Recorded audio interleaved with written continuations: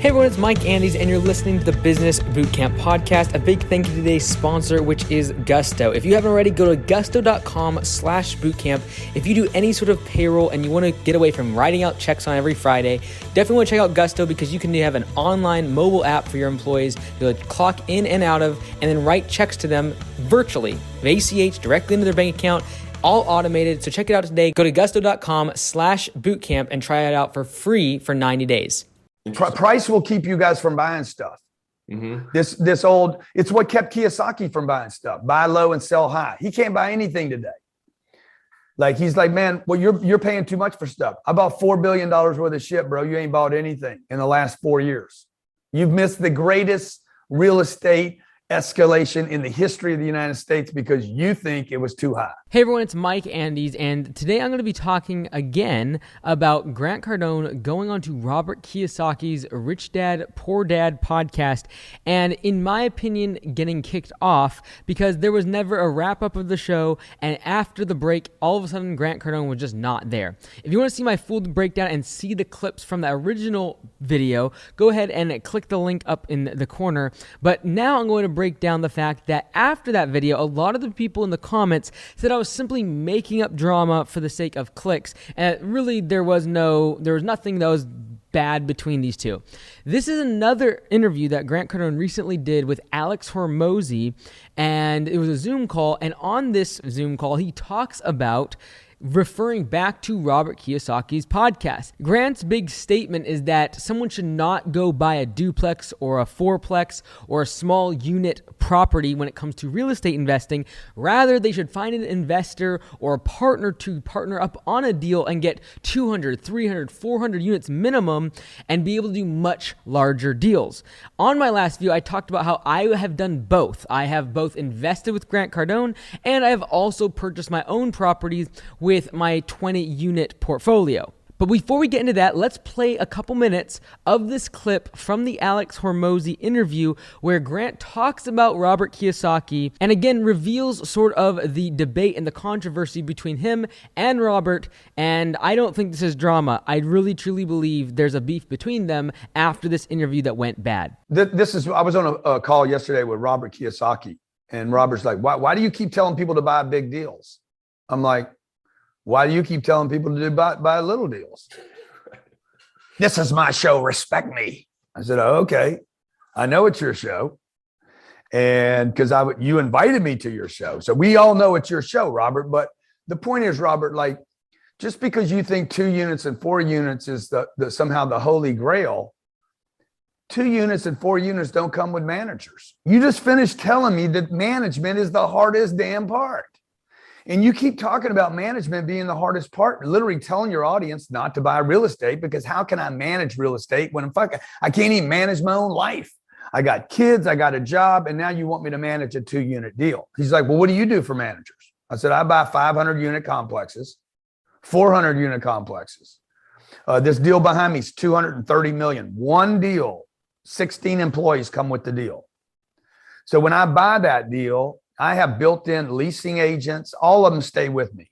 I have mechanics on the property. So this actually makes a lot of sense because when Grant was debating with Robert, what their disagreement is the reason that real estate is difficult is because of management. And Cardone was saying, hey, look, that's why you should go buy a big property. So that way you can have property managers manage the deal and you can afford property managers because you can't afford a property manager when there's only 2, 3, 4, 5, 10, 20 units.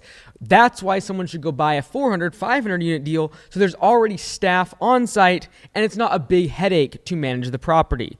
Now, what's interesting is that Grant infers that Robert actually invited him to come onto his show. If that is true, then I do believe that Robert was in the wrong for shutting down a guest. I believe if you invite a guest onto a podcast, even if they're being salesy and you disagree with their saying, you invited them and you should treat them with courtesy and not tell them to basically respect the audience and not say what their thoughts or opinions are. So again, I don't feel like Robert was necessarily correct in that. But let me go back and play the very first part of what he said.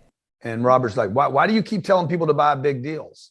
I'm like, why do you keep telling people to buy little deals? This is the actual kernel of what I want to talk about, and that is Knowing whenever someone is giving you information on the internet is asking what bias do they have?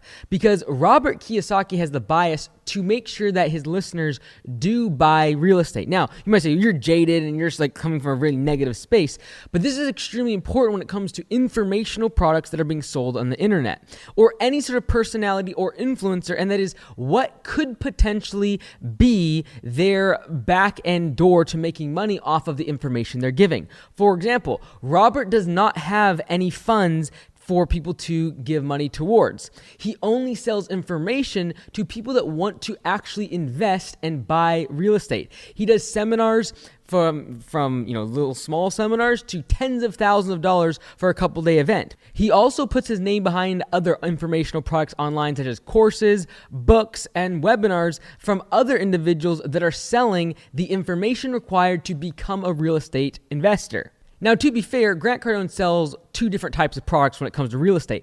On one hand, he does sell to the passive investor that wants to buy a small sliver of a 400, 500 unit apartment complex and be a partner in Cardone Capital. But he also sells informational products to investors that are wanting to do it themselves. And he sells courses, and he sells books and webinars and in-person meetings and conferences that are tens of thousands of dollars for mentorship or tens of thousands of dollars for a real estate seminar. Very, very high ticket items. So what's interesting here is that Cardone kind of has a foot in both of these areas, and yet he still is encouraging people to take that more passive approach so they don't have to go get their hands dirty with management or actually finding the deals, financing the deals, and they can just make a passive piece of the income. Now, as I explained in my first video, my perspective on all of this is that it is a really good idea to do both. One, I did invest in Cardone Capital to learn how syndications work, to actually learn the process. But I also went and bought my first duplex, then a second, then a third, then a fourth, then a fifth,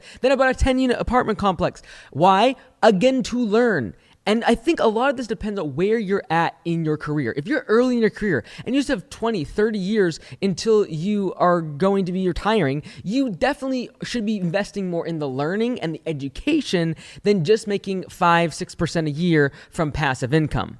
Now, if you're needing to retire next year, yes, taking your massive lump sum of money that you've saved up and your nest egg and throwing it into a real estate deal might be potentially risky if you've never done it before. But if you are 20s, 30s, 40 years old, this is an awesome opportunity to go buy real estate and learn the actual information that got Grant Cardone and Robert Kiyosaki to where they are at now, which is actually investing in the real estate and learning the game of finance, learning the game of property management, learning the game of getting new tenants. That is where the real value is.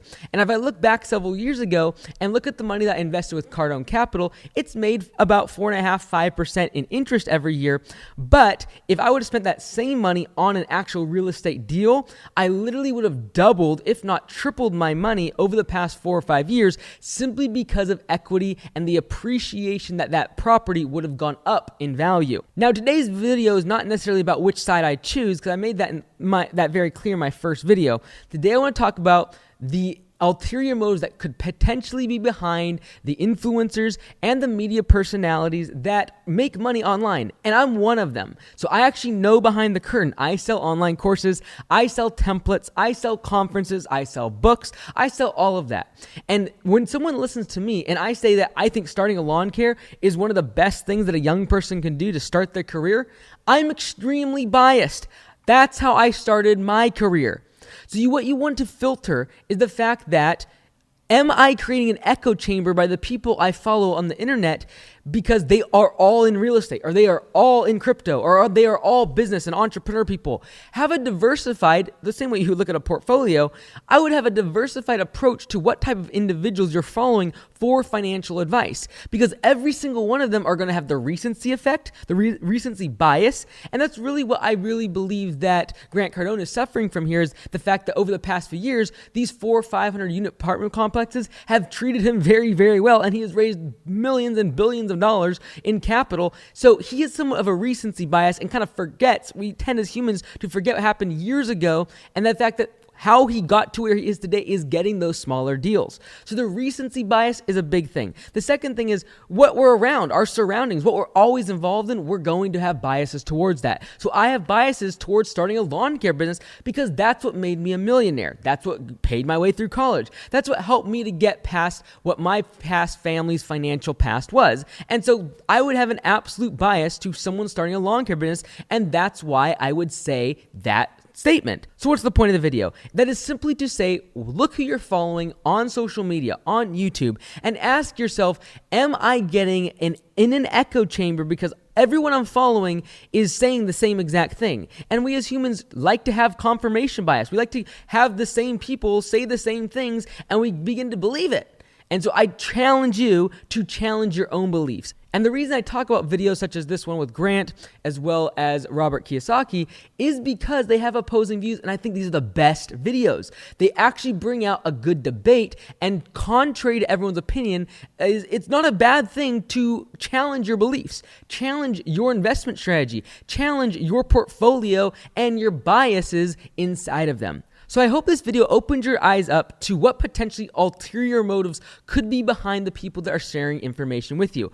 I'm not saying that everyone has ulterior motives, and most people, such as Robert and Grant, I truly believe do want to help individuals. However, having the self-discipline to step back and realize that there's going to be biases from whoever you are getting information from is extremely important when you want to get a balanced view of any topic. And I feel like this debate between Grant and Robert gives us a great ability to see the contrast and compare large real estate deals versus small real estate deals and becoming an investor yourself. I hope that was helpful. Comment below if you're in real estate, if you've invested with Cardone Capital, and what are your opinions of Robert Kiyosaki? Because there's some really shady stuff he's done in the past.